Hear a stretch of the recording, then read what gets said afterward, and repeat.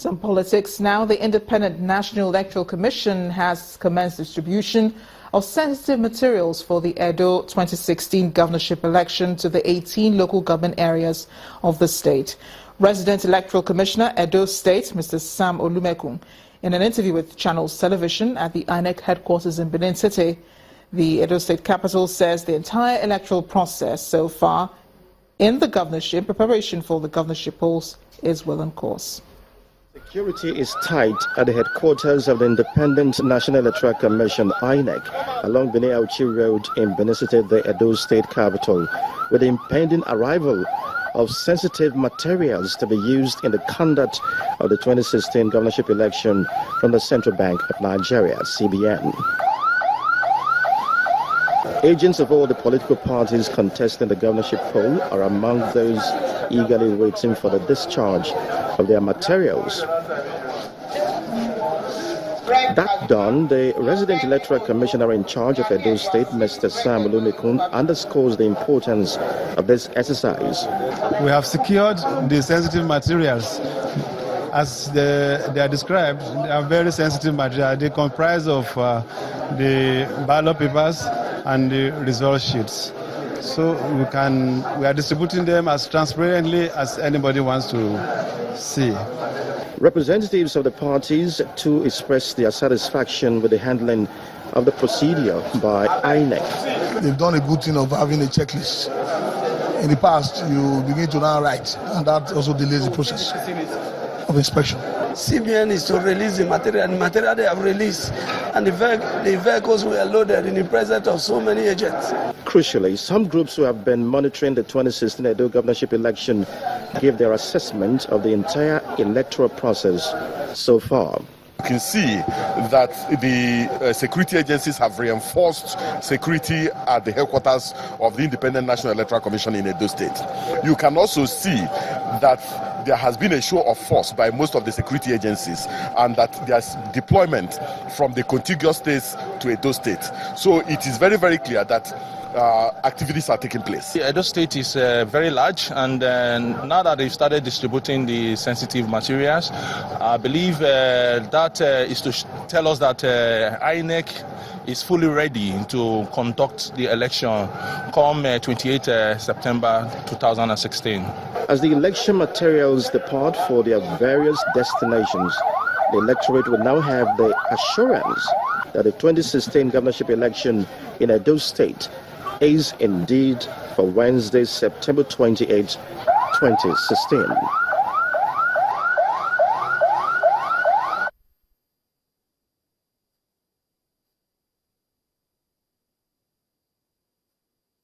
Let's get more on INEC's preparation for the elections coming up in less than 2 days. The INEC Resident Electoral Commissioner for Edo State, Mr. Sam Olumekun, joins us now from the Edo State capital in Benin City. Mr. Olumekun, thank you for joining us on the News at 10. Thank you, Amarachi. We're less than 2 days away from the governorship election in the state. Is INEC ready for the election? Oh, good evening, viewers. Without any iota of doubt, INEC is very ready to conduct the elections in Edo State. The governorship election slated for Wednesday, 28th of September 2016. Actually, ahead of this date, we had been ready to conduct the election. We are thoroughly prepared, and we are set. We are raring to go. Looking at the cases of inconclusive perhaps I should use... Oh, please go on. Please go on. Yep. Perhaps I should use this opportunity to tell the people of Edo State that we are going to embark on accreditation and voting simultaneously after the amendment of the 2015 guidelines. So a prospective voter comes in, he tenders his PVC, he's accredited, and he goes straight ahead to vote. We believe this has worked in many places after the 2015 election, and it saves quite some time, and it's more efficient. What about the challenges associated with that accreditation, and as well as voting going on side by side? you don't think there'll be a lot of rowdiness and a bit of confusion at the polling centers? Not at all. It's on a turn-by-turn basis. You get accredited and you move to the next stage, which is where you are going to vote. No confusion whatsoever. It's been tested in several elections after the 2015 general election, and it's been working very well. Now, INEC is working closely with the security agencies. We understand about 25,000 policemen have been deployed for the sake of these elections. What do you make of the large number of security personnel that have been sent to Edo State? Is the number really necessary? From our point of view, it's not just about the numbers, but the deployment has been done so scientifically that it's going to be effective.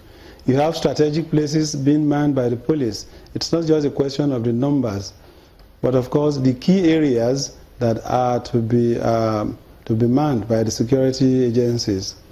We think they will do a good job. Of course, I'm not a security expert, but from what we have seen in the deployment profile, we expect that if it's implemented, we will have a very, very good election, a good outing. Is INEC perhaps also ready for a case of inconclusive election, as we've seen in the past few elections in the country between last year and this year? How prepared is INEC for any case of inconclusiveness on Wednesday? It is interesting how this word inconclusive has crept into our lexicon.